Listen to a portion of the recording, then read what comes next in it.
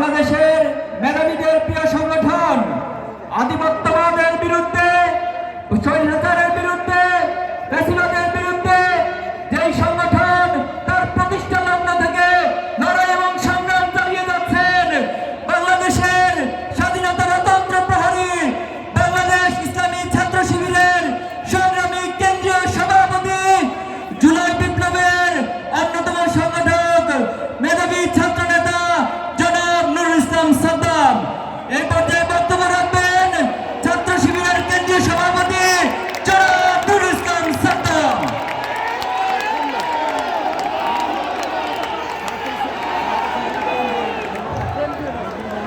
أعوذ بالله من الشيطان الرجيم بسم الله الرحمن الرحيم الحمد لله كفى وسلام على عباده الذين اصطفى أما بعد মানবতার মুক্তির আন্দোলন, বাংলার আপামর জনতার ঠিকানা, প্রিয় ঠিকানা বাংলাদেশ জামাত ইসলামী ঢাকা 15 আসনের উদ্যোগে আয়োজিত আজকের এই জনসভায় প্রধান অতিথি হিসেবে আমাদের মাঝে উপস্থিত রয়েছেন বিশ্ব ইসলামী আন্দোলনের অন্যতম বীর পুরুষ, প্রাণ পুরুষ, বাংলাদেশের লক্ষ্য তার হৃদয়ের স্পন্দন, মানবিক নেতা ডক্টর শফিকুর রহমান সহ উপস্থিত বিভিন্ন দলের নেতৃবৃন্দ, উপস্থিত রয়েছে ঢাকা 15 আসনের সাধারণ ছাত্র জনতা। আসসালামু আলাইকুম ওয়া রাহমাতুল্লাহি ওয়া বারাকাতুহু। ওয়া আলাইকুম আসসালাম।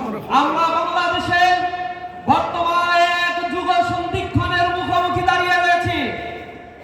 সহস্রাধিক প্রাণের বিনিময়ে জুলাই বিপ্লবে যে নতুন বাংলাদেশ স্বপ্ন আমাদের দেখিয়েছিল, যে জাগ্রত বিবেকগুলো সেদিন রাজপথে দাঁড়িয়ে বাতিলের রক্ত চক্ষুকে উপেক্ষা করে সংগ্রামে মুখর হয়ে রাজপথ কাঁপিয়েছিল, সেই বিশ্বকাপ জুলাই বিপ্লব পরবর্তী একটি ইনসাফের বাংলাদেশ গড়ে তোলার জন্য আমাদের যে লড়াই সংগ্রাম, তার অংশ হিসেবে আজ এই নির্বাচনে ইসলামী ছাত্র শিবির সহ অন্যান্য ছাত্র সংগঠনগুলো বাংলাদেশের প্রকৃত শাসকের রাজনৈতিক দল রাস্তায় নামে এক মানবিক বাংলাদেশ গঠনের স্বপ্ন বাংলাদেশের মানুষকে দেখিয়ে যাচ্ছে। বাংলাদেশ জামাত ইসলামী তার সূচনা লগ্ন থেকে জুলুম নির্যাতনের পথ মারিয়ে মানুষের সামনে এক ন্যায়, ইনসাফ এবং কল্যাণ রাষ্ট্রের স্বপ্ন দেখিয়ে যাচ্ছে। এই দলটিকে বারবার দমিত করার জন্য একাধিকবার এই দলটিকে নিষিদ্ধ করা হয়েছে, তার শীর্ষ নেতৃবৃন্দকে ফাঁসি দেওয়া হয়েছে। রক্তের পথ মারিয়ে এই বাংলার জমিনে আরো বেশি শক্তিশালী হয়েছে জামাত ইসলামী। আজ বাংলার টেকনাফ থেকে তেতুলিয়া প্রতিটি নগর, বন্দর, শহর, মাঠ, ঘাট, প্রাণচঞ্চল্য শুরু হয়েছে। গাড়ি বাংলার পক্ষে এক গণজোয়ার সৃষ্টি হয়েছে। দেশের দেশপ্রেমিক সার্বভৌমত্বের অতন্ত্র প্রহরী দলগুলো আজ একতাবদ্ধ হয়ে এক ঐক্যবদ্ধ বাংলাদেশের সুরতান কাঁধে কাঁধ মিলিয়ে তারা জয়গান শুরু করেছে। মানুষ এখন অপেক্ষা করছে আগামী 12ই ফেব্রুয়ারি যে নতুন ভোর উদিত হবে, সেই ভোর উদিত হবে ইনসাফের বাংলাদেশের ভোর। ইনশাআল্লাহ আমরা এই বাংলাদেশকে দুর্নীতিমুক্ত, চাঁদাবাজ মুক্ত, সন্ত্রাস মুক্ত, মানবিক ইনসাফের একটি বাংলাদেশ গড়ে তোলার জন্য জীবন দিতে প্রস্তুত আছি ইনশাআল্লাহ। সংগ্রামী উপস্থিতি, এই বাংলাদেশের মানুষের 54 বছরের ইতিহাসে যে স্বপ্নগুলো বাংলাদেশের মানুষ দেখেছিল, সেই স্বপ্ন বারবার তারা উড়েছিল।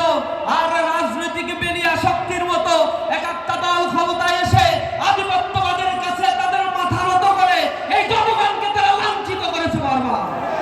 এবার সময় এসেছে, অনেক কিছু দেখা শেষ। নতুন বাংলাদেশ গড়ার জন্য এখন দাঁড়িপাল্লায় আমাদেরকে ভোট দিয়ে এক ইনসাফের বাংলাদেশ আমরা গড়ে তুলবো ইনশাআল্লাহ।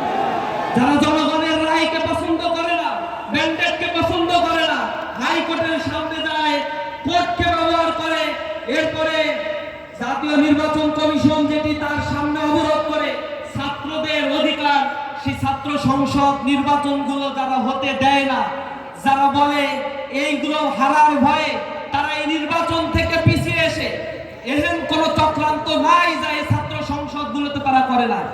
তাদের দলীয় এজেন্ডা বাস্তবায়নের জন্য তাদের দলীয় সকল লোকদেরকে তারা ব্যবহার করেছে।